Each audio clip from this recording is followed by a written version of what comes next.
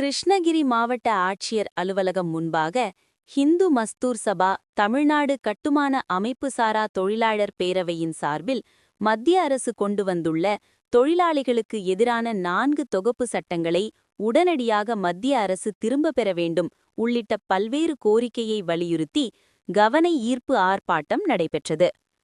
கிருஷ்ணகிரி மாவட்ட மின் அமைப்பாளர்களின் சங்கத்தின் மாவட்ட தலைவர் குமார் தலைமையில் நடைபெற்ற இந்த கவன ஈர்ப்பு ஆர்ப்பாட்டத்திற்கு மாவட்ட பொருளாளர் சீனிவாச கவுடு, சங்கத்தின் தலைவர் சிவகுமார், சங்கத்தின் செயலாளர் பாலகிருஷ்ணன், கிளை செயலாளர் விருது இருதயநாதன் ஆகியோர் முன்னிலை வைத்தனர்.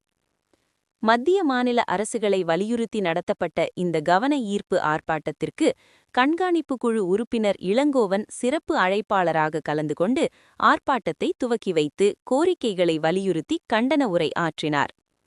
மேலும் இந்த கவன ஈர்ப்பு ஆர்ப்பாட்டத்தின் போது கட்டுமான அமைப்பு சாரா தொழிலாளர்களுக்கு பொங்கல் போனஸ் ரூபாய் 7,000 வழங்க வேண்டும், கட்டுமான அமைப்பு சாரா தொழிலாளர்களுக்கு மாத ஊதியம் ரூபாய் 6,000 வழங்க வேண்டும், அரசு புறம்போக்கு மற்றும் நத்தம் புறம்போக்கு நிலங்களில் குடியிருந்து வரும் தொழிலாளர்கள் மக்களுக்கு நிபந்தனையின்றி மின் இணைப்பு வழங்க வேண்டும், மத்திய அரசு கொண்டு வந்துள்ள தொழிலாளர்களுக்கு எதிரான 4 சட்ட தொகுப்புகளை நீக்கம் செய்யப்பட வேண்டும் உள்ளிட்ட பல்வேறு கோரிக்கைகளை வலியுறுத்தினர்.